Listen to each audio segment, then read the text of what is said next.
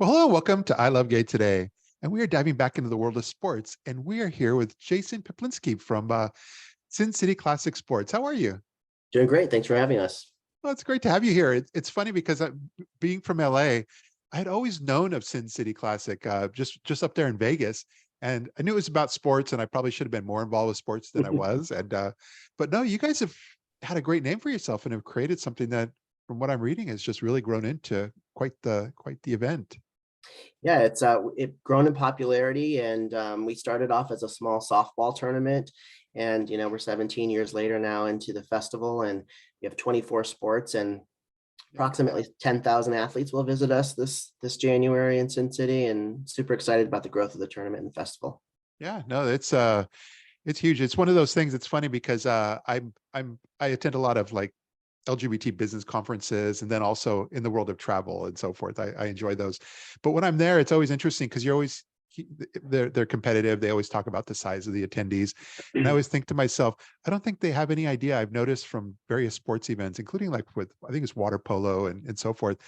But you guys get large numbers of people that I think are off the radar of folks that are not in the sports world.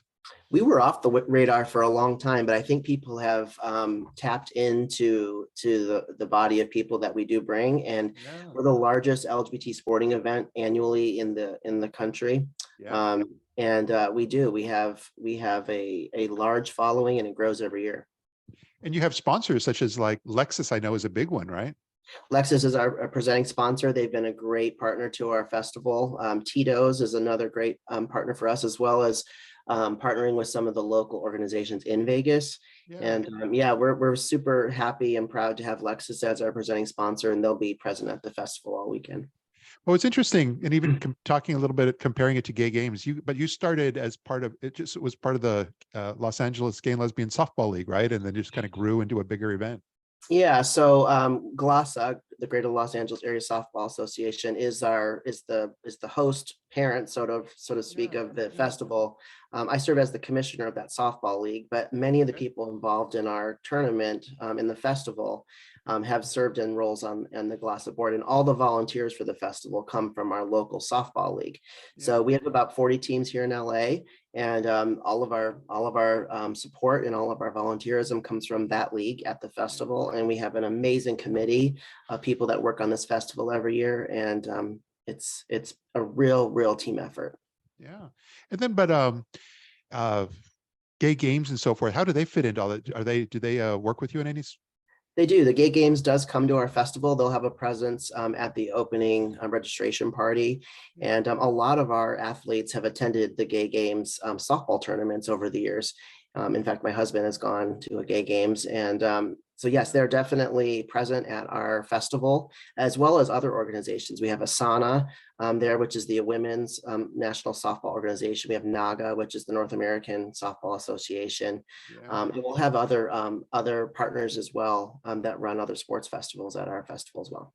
It's nice to see that sports brings everybody together in this way. Yeah. And you have two new sports that are kind of featured this year: pickleball and sand volleyball.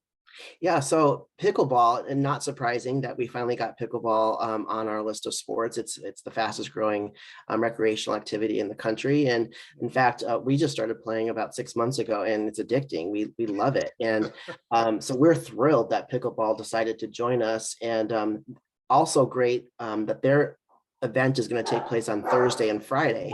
So Yeah. we will be able to have a lot of our athletes that are coming to play other sports on Friday and Saturday. Saturday and Sunday will be able to participate in pickleball. So pickleball is playing in a really great venue. They're playing on the rooftop of the Plaza Hotel. Wow. And it's an amazing venue surrounded by Las Vegas downtown lights and open air. Yes, so we're super excited about them. And then volleyball. We've had indoor volleyball as a partner for a long time, but sand volleyball has added this year, as well as returning sports like esports and wrestling are back. And so we're happy to have a growing list of partner sports again.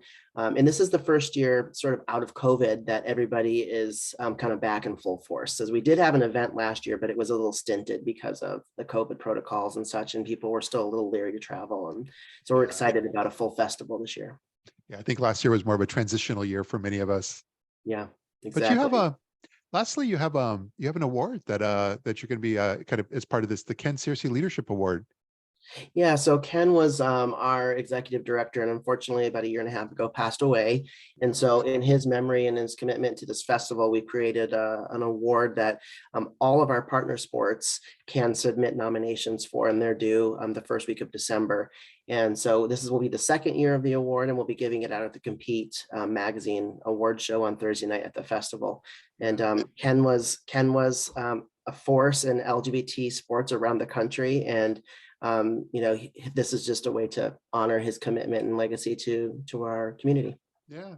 And I do love that not only do you bring a lot of folks together, but the way you work with LGBT media, especially in the world of sports. But Compete Magazine, I've known of them. I don't think I've really met them, but I've known of them for years. And then, of course, Outsports. I know Outsports is very tied in, and I've known them for over 2 decades now. So I love seeing that. A lot, like you mentioned earlier, a lot of agencies and organizations across the country are brought together by sport. And all of those you mentioned, are involved in our festival. And Compete's an amazing partner for us. And they actually do our player guide. And they are present. They do a conference on Wednesday and then an award show on Thursday. And they've just been amazing supporters of the festival. I love that. Well, this is fantastic. And I wish I was back in LA at that time, because I would love to, especially go out with some of our friends that we know are going to be there and check this out. But I will one of these days. So it's always Las Vegas over Martin Luther King weekend. So it's always that weekend, so people can plan every year. That's the date. Fantastic. Well, I'm really appreciative that you're able to take a few moments of your time and kind of share a bit of the story of Sin City with our audience here, and look forward to being able to connect in the real world soon. Yeah, thank you for having us. Looking forward to meeting you as well. Absolutely. Thanks again. Thanks, Matt. Take care. So good.